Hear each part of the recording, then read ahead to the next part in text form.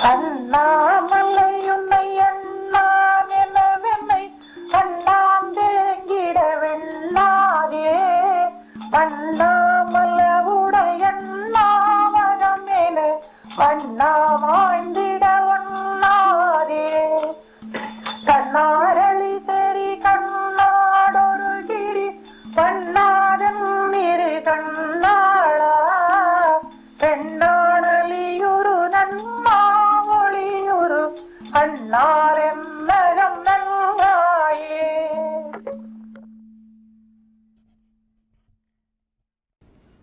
Namaskaram. Today I'm going to be talking about verse 4 of Arunachala Navamaṇimālai. The first three verses of Arunachala Navamaṇimālai, each of them is basically in praise of Arunachala. It's about the greatness of Arunachala. From verse 4 up to verse 7, that's 5 verses in all, are prayers. Sorry, no, that's four verses. From verse 4 to 7, 4 verses are prayers. And then the final 2 verses are somewhat they're praises, but in a somewhat autobiographical, with an autobiographical touch to them.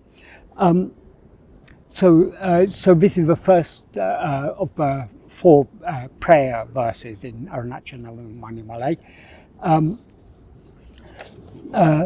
This verse consists of 4 lines, and each line is a sentence. So, and each sentence is either a prayer, directly or indirectly a prayer. In the first line, what Bhagavan sings is malaiyuṇai ṇeṇaveṉai āṇṇā dēṅgiḍa veṇṇādē. What that means is, that the basic meaning is, literal meaning is, ṇeṇaveṉai, do not think me to pine away, looking upwards like one who has not thought of you. What that implies is, ṇeṇaveṉai is another name of Arunachala, but he's addressing Arunachala here as ṇeṇaveṉai. Do not think me to pine away implies do not think of leaving me to pine away. Looking upwards implies with longing or in despair. Uṇai ṇeṇaveṉai, like one who has not thought of you. So that's the meaning of the sentence. What does he mean by saying like one who has not thought of you? Arunachala, though it appears outwardly in the form of a hill, it is actually that which is always shining in our heart as eye.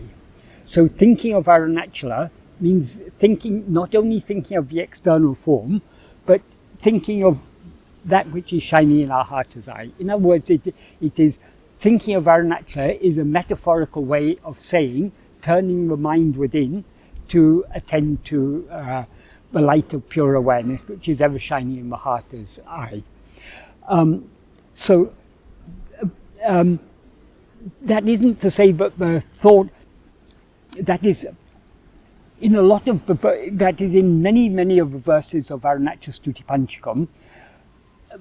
Bhagavan is weaving together the Anya Bhava and the Ananya Bhava. Anya Bhava means taking God to be something other than oneself. In other words, taking God to be a name or form. And Ananya Bhava is taking God to be not other than oneself. In other words, that which is shining in one's heart as eye. So the verses in many of the verses in Arunachala Stuti Panchakam, Bhagavan is we can interpret it in either way, but they're not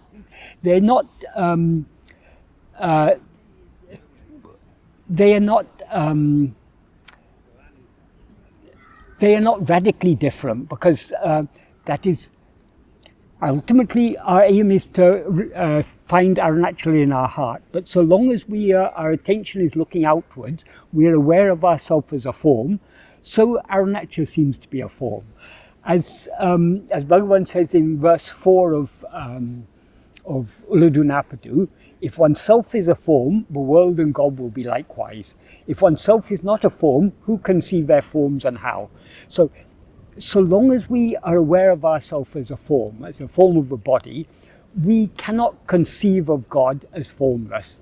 So because we've limited ourselves to the extent of this body, we are limited in time, in space, we're limited in so many ways. We're limited Kala, Desa, Vastu, they say.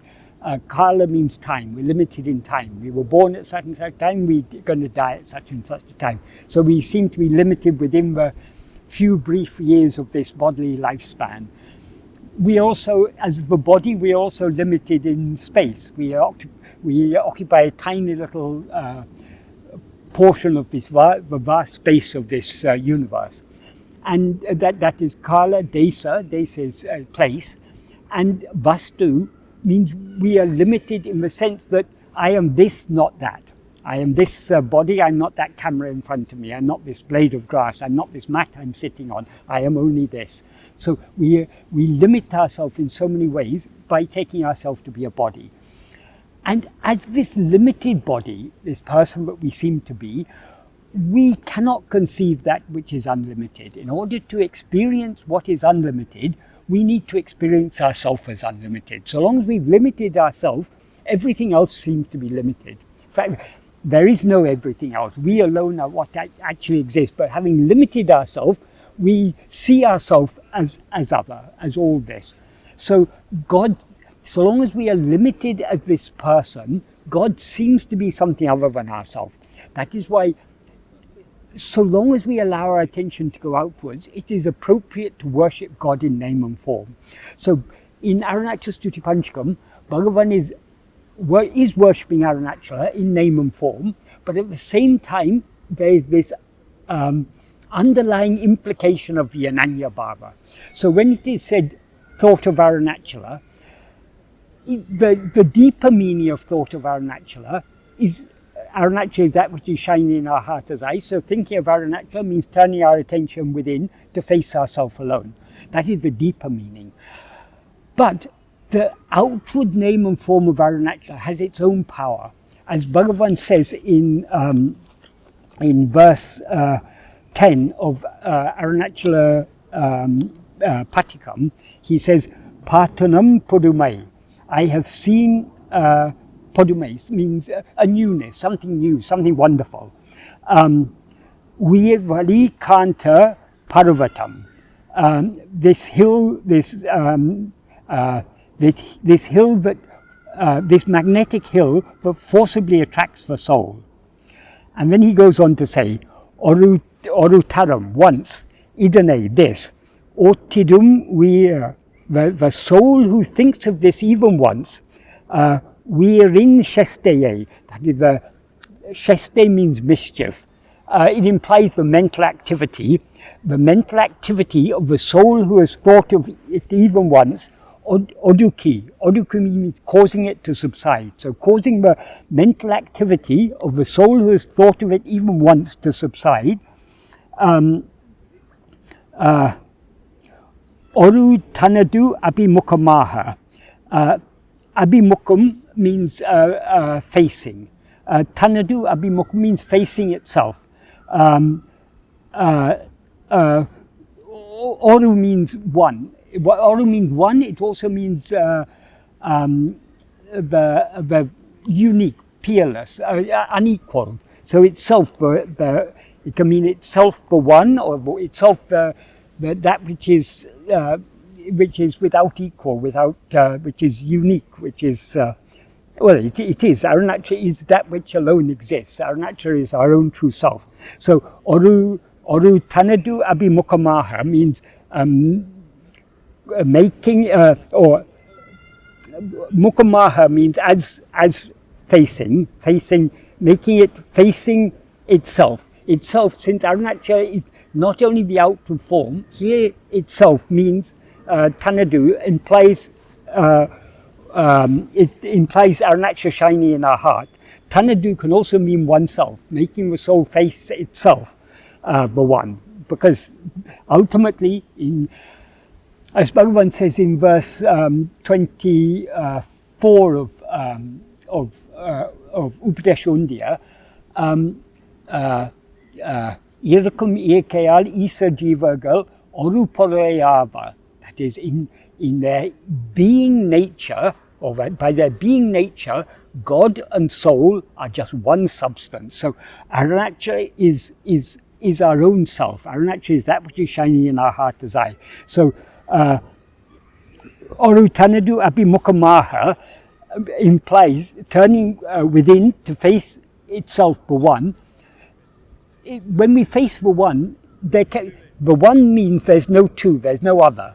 So it can only be the state of self-attentiveness that is implied here, because if we were attending to Arunachala as something other than ourself, there would then be two. There would be ourself, the one who is attending, and Arunachala, who is that which we are attending to. That is duality. But the implication here is the non-duality, the state of oneness, because Arunachala is the one and only reality, that which alone actually exists. So Oru Tanadu Abhimukamaha implies turning our attention within. So if we think of Arunachala once, we think of it first as an external form, but as a result of our thinking of it, it causes our mental activity to subside, and it turns us within to face itself. Itu. Itu means drawing it to face itself. That means it implies drawing it within to face itself. Itu. Ade tampol achalma sedu, making it here means the soul, motionless like itself. That is, so long as our attention is going outwards, that is, the movement of our attention away from ourselves towards anything else is an activity. To be motionless, we need to turn our attention back within and and subside back, and thereby subside back into our source. Because whereas attention to anything other than ourself is an activity, attention to ourself is a subsidence of all activity, a cessation of all activity. So that's why Bhagavan says, making it motionless like itself. So by turning within to face ourself, we become motionless like Arunachala. Arunachala is the very embodiment of motionlessness. That's what the form of the hill represents, is Achala. It is that which is unmoving, as is our own real nature. Av in uir, that sweet soul, sweet here means it's now matured, like a fruit but has fully ripened. The soul that has thought of Arunachala, had its mental activities caused to subside, and had thereby turned within and become motionless like Arunachala. It's like a fruit that has become fully ripe. So Inuya means that sweet soul, that implies that ripe soul, that fruit that has become ripe. Bali kollum, it takes it as bali, as a sacrificial offering. So when we surrender ourselves, he swallows us as a sacrificial offering. In other words, he absorbs us back into himself. Iktu en, what is this? That's an expression of wonder, iktu en. And then he says, otuimin we kal. He addresses us, souls, be saved thinking of this of this hill. Thinking of what? Ulum adanil olir, that if we koli arunamagiriye, this great hill, this great Aruna hill, which kills the soul, which shines in the heart, and kills the soul, be saved by thinking of this. So here Bhagavan is very clearly explaining what is the efficacy of thinking of Arunachala. So if we thought of Arunachala, he has started his work of grace to bring about this the subsidence of our our sheste, our manasheste, the mischief of our mind, that is the outward going movement of our mind, the activity of our mind. He's brought about the subsidence of that and turned us within to face ourselves, and thereby will eventually swallow us when we become motionless like him. So this is why Bhagavan says in this verse, like one who has not thought of you. If we've thought of Arunachala, why are we still in this state of still yearning for him? Why have we not turned within and merged back into him? So this is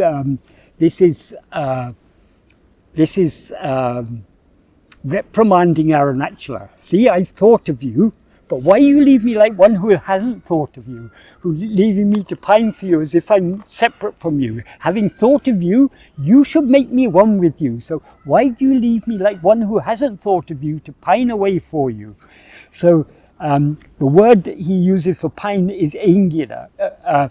Engu means to yearn, or to like a lover who is separated from a beloved and who is longing for the beloved. So the soul who is separated from God is yearning for that reunion with God, to merge back in God. So that pining, that yearning, that anguish of separation is all implied in this word dēṅgiḍa. So do not think to. It implies to leave me. The word leave isn't there, but do not think me to pine away is literally what it means. But do not think of leaving me to pine away.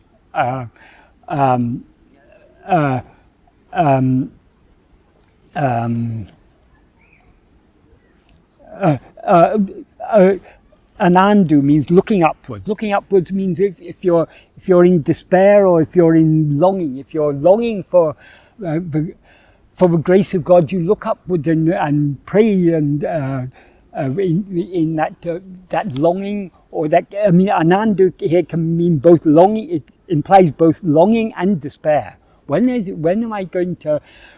going to turn my mind within and merge me back into him? So Bhagavan this is very, very beautifully, Bhagavan is expressing that longing of the soul, he includes a reprimand to Arunachala. As he says in one in Aksharamlai, in one verse, he says very beautifully. Which verse is it? I think verse 24 of Aksharamlai. Bhagavan says, "Kodi tadayari kollune katti kongdengen varven Arunachala."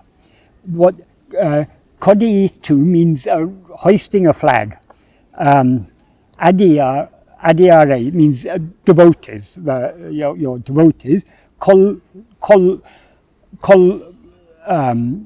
means to kill. Unne, you who kill your devotees. The significance of words hoisting a flag, in old days, if a philanthropist was to do some act of philanthropy, was to feed poor people, or was to do any charitable deed, they would hoist a flag to announce that on such and such a day they're going to feed all people, they're going to distribute money or alms or whatever it is.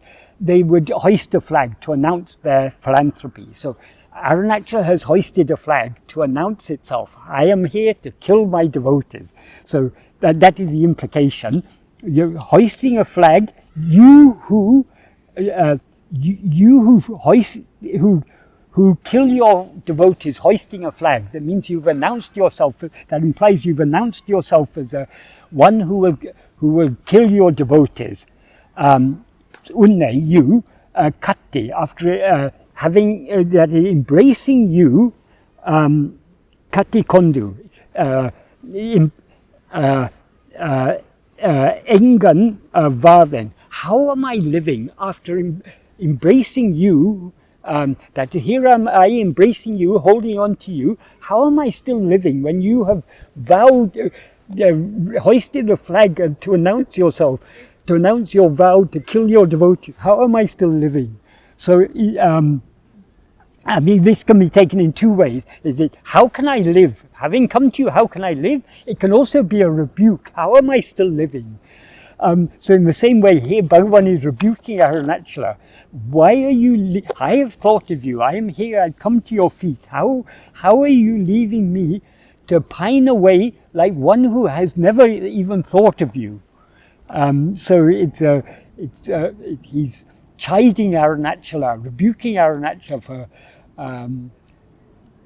of course, Arunachala is the ocean of unlimited grace and love. So Arunachala will never abandon us, but sometimes because of our own lack of true love, we rebuke God for not bestowing grace on us, even though we are the culprit. We are the one who don't attend to him enough, but it seems to us that Arunachala is being ungracious. But what is the purpose of a prayer? A prayer, what does Arunachala want? Arunachala wants only to kill us. Arunachala wants to swallow us. And how does Arunachala swallow us? By turning our attention back within to face ourselves. But in order for Arunachala to swallow us, we must be willing to turn our attention back within and thereby surrender ourselves completely. So we pray in order to attune our will with his will. He wants nothing else but to swallow us. But in order to swallow us, we must be willing to give ourselves wholly to him, to allow ourselves to be swallowed by him. We must be willing to surrender ourselves.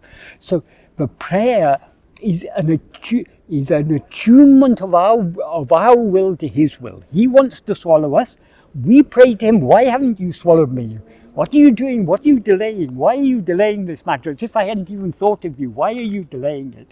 So it's the bhava here is very, very beautiful and very, Bhagavan is taking liberty that is, he's so, he's assuming the right to rebuke Arunachala, but of course it's a rebuke of one lover rebuking the other lover. That is, why are you abandoning me? Why have you not swallowed me already? So that is the implication of this first line.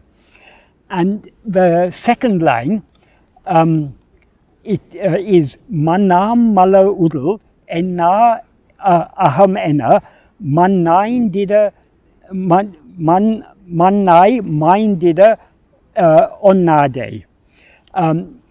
What that means is, ṇnādē means it is not appropriate. Māyndiḍa means to die or to perish. Maṇṇā as earth.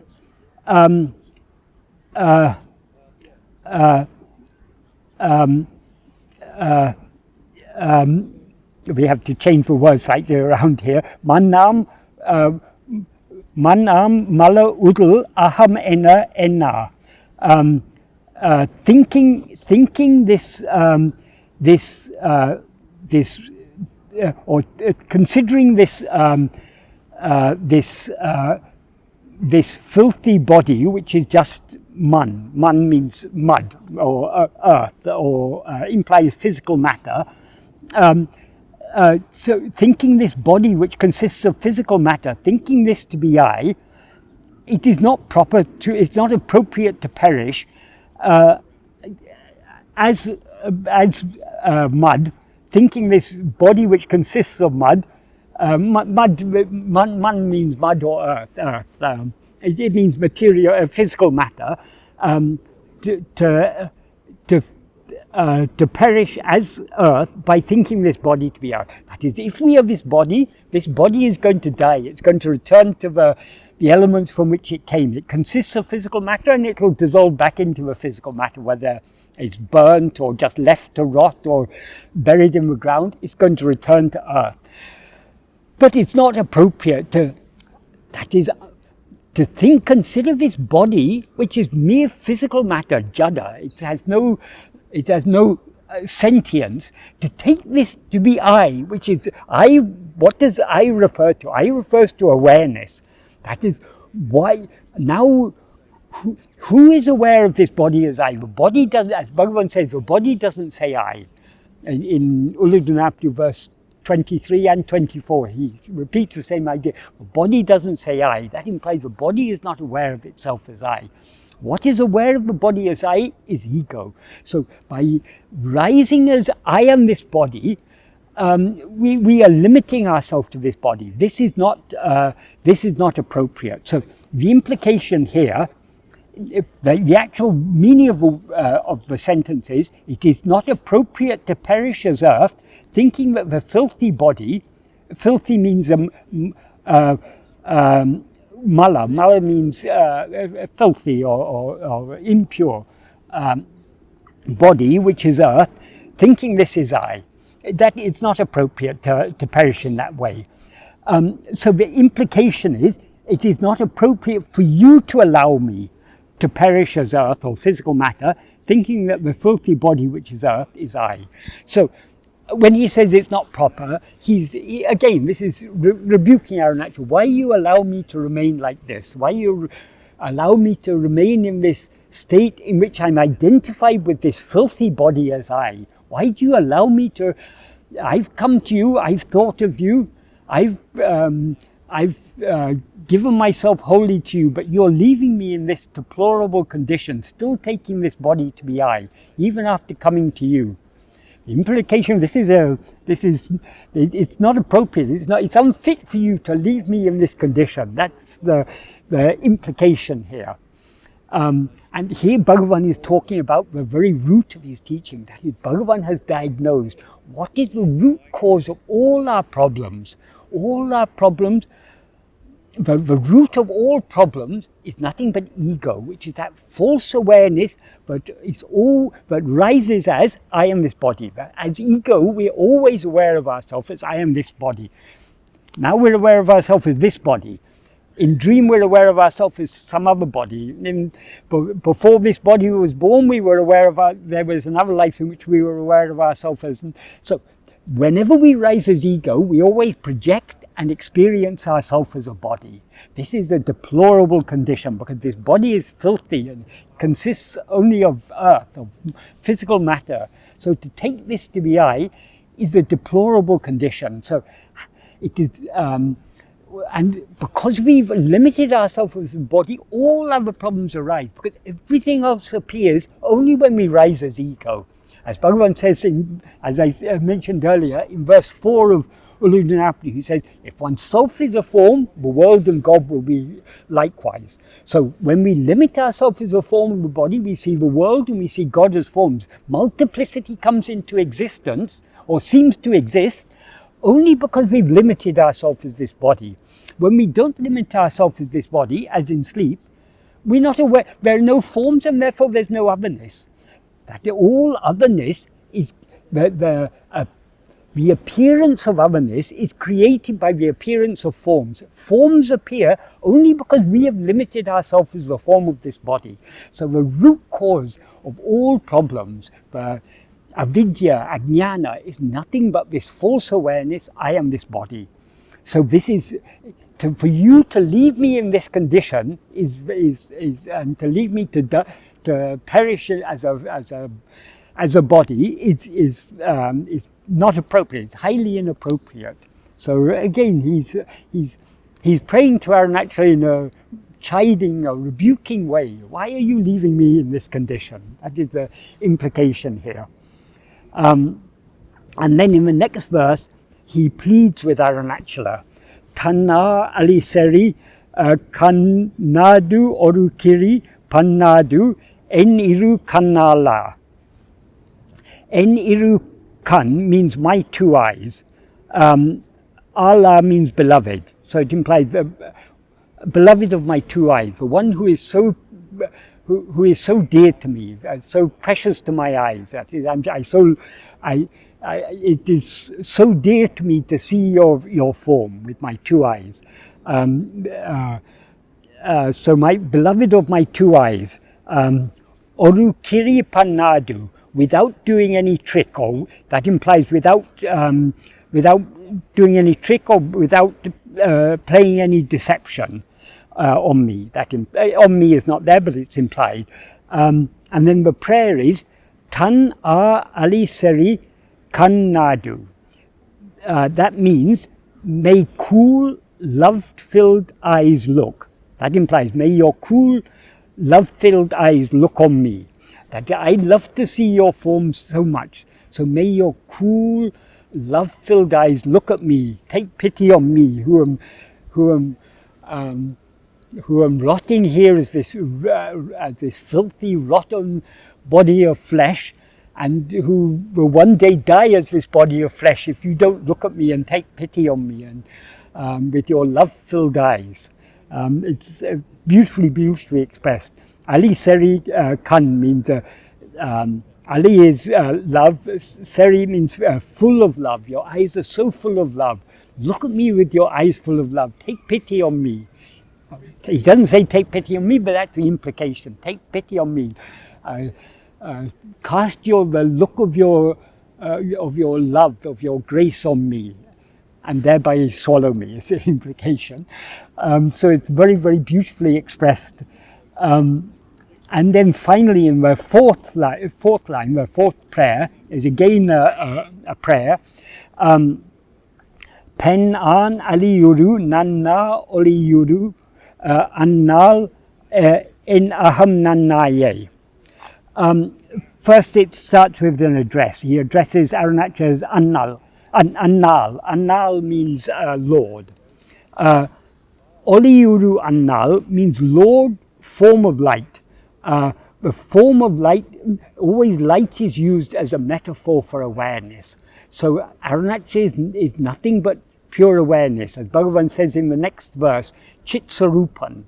He refers to Arunachala as the very nature of awareness. It's pure awareness is the very nature of Arunachala.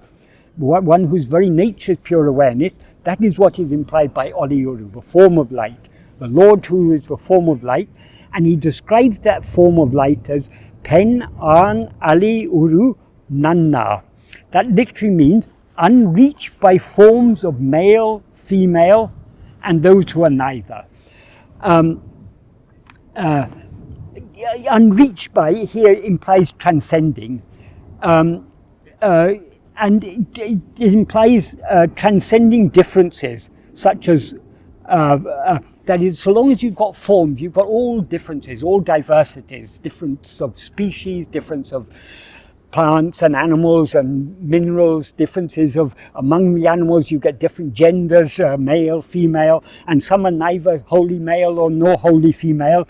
That's the meaning of Ali.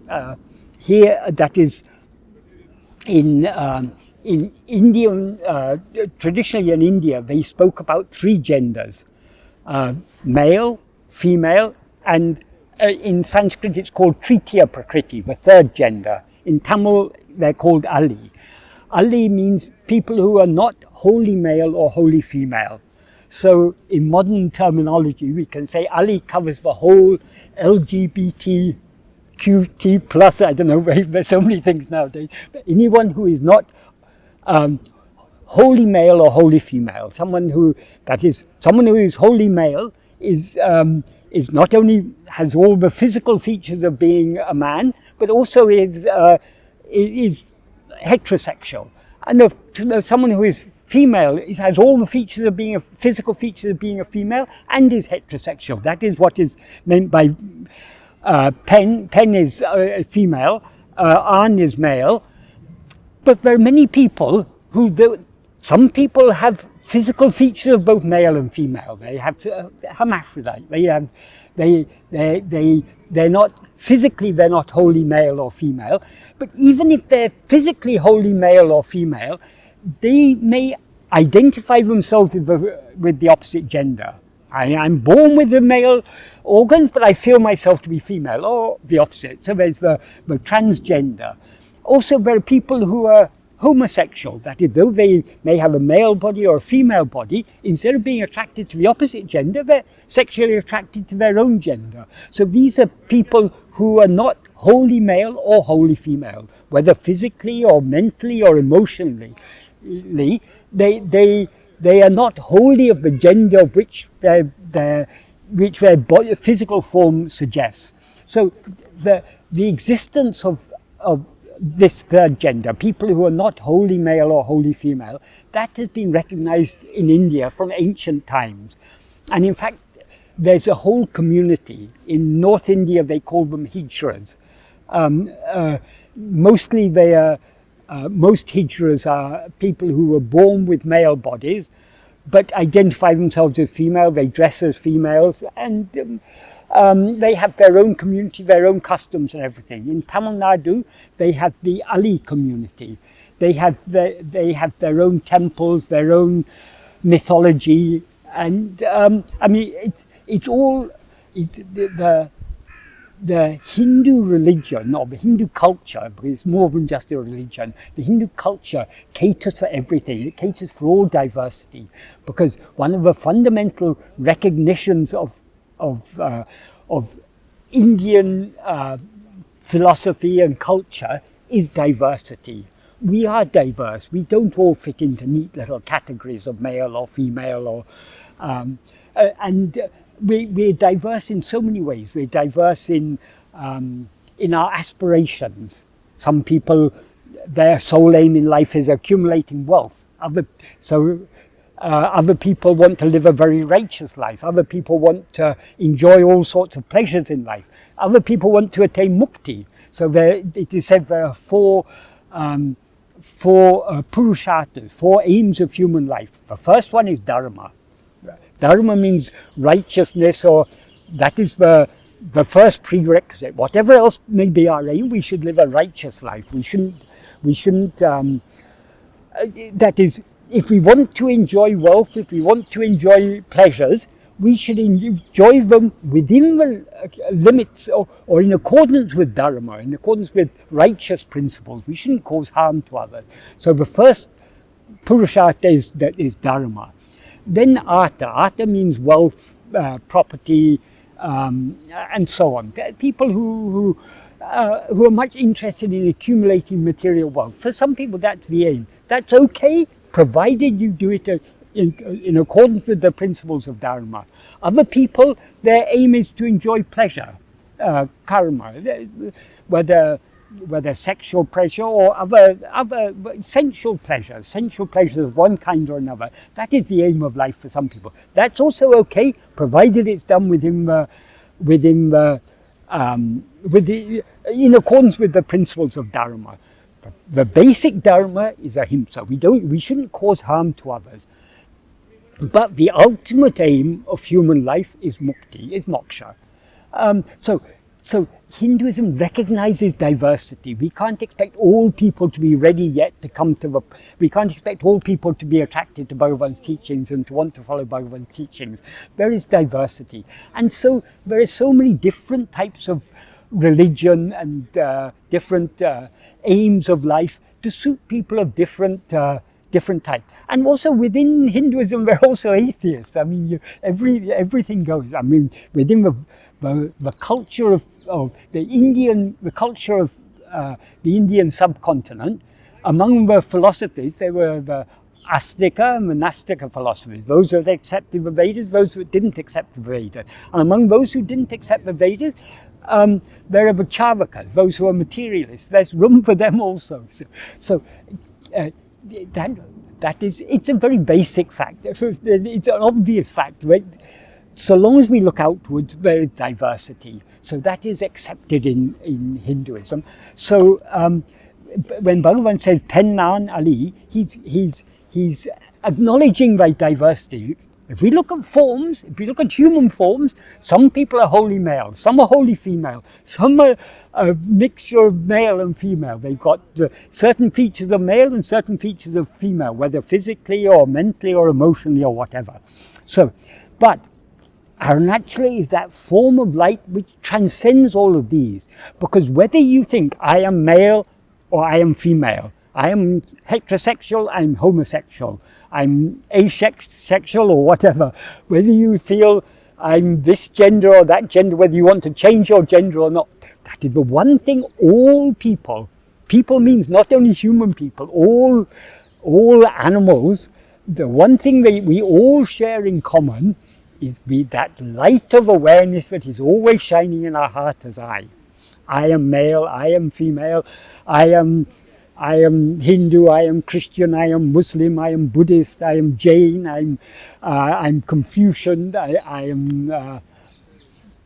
I'm right wing, I'm left wing, I'm communist, I'm a fascist, I'm a patriot, or I embrace all people as my people. Whatever type of person we may be, but one thing we all share in common is that light of awareness I am. That light of awareness, that fundamental awareness of our own existence, that is what is common to all sentient creatures. And that is Arunachala. That is what is always shining in our heart as I.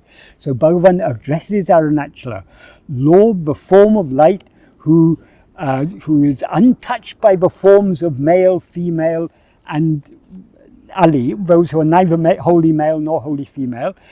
Aham naṇṇāyē, abide in my heart. Here aham is the Tamil, that is aham in Tamil has two meanings, because it's both a native Tamil word. There's a native Tamil word aham, which means what is inside. It means heart or home, or it can also mean love. In this context it means heart, but it's the same word aham is used in Tamil but borrowed from Sanskrit. In Sanskrit, aham is the first person pronoun I, the first person singular nominative pronoun I. So, but in this case, aham is used in the sense of heart. En aham naṇṇāyē, abide in my heart. That means shine in my heart. Just be in my heart as I, and make me be. That is, Arunachala is always shining in our heart as I, but we fail to recognize it. So the implication when Bhagavan says, abide in my heart, of course Arunachala is always abiding in our heart, but abiding means just be there, and by your being you make me be. Just like in the first verse he refers to the dance of Nataraja in Chidambaram. Nataraja has to dance to bring Shakti, to subdue the dance of Shakti. But here in Arunachala, by his just being as he is, by his remaining Achala, she merges back in him with love. So if he remains in our heart as I, if we recognize his existence in our heart as I, we will merge back into that with and be absorbed in him. So abide in my heart implies, there's the thing with Bhagavan's words, he uses very, very simple words, but if we think about them deeply, there's so much implication, so much rich meaning implied in his very, very simple words. So abide in my heart, that's a very beautiful prayer, but it implies so much more than the words say. Because Arunachala is always shining in our heart as I. It's always existing in our heart as I. But we fail to recognize that because we allow our attention to go outwards. So indirectly what he is implying here, because Arunachala is always abiding in my heart, enable me to recognize your eternal presence in my heart as I. If we recognize that which is shining in our heart as I, if we recognize that is Arunachala, if we recognize that is the infinite ocean of Satchidananda, which is called Arunachala, we will be drawn to that and merge back into that. Because that is what we always actually are. We are never anything other than that. But now we seem to have risen as ego and be looking outwards. Instead of looking outwards, we need to look back within. So be in my heart. Don't deceive me by just appearing as an outward form. Reveal to me that what I see as an outward form is that which is always shining in my heart as I. Om Namo Bhagavate Śrī Aruṇācala Navamaṇimālai.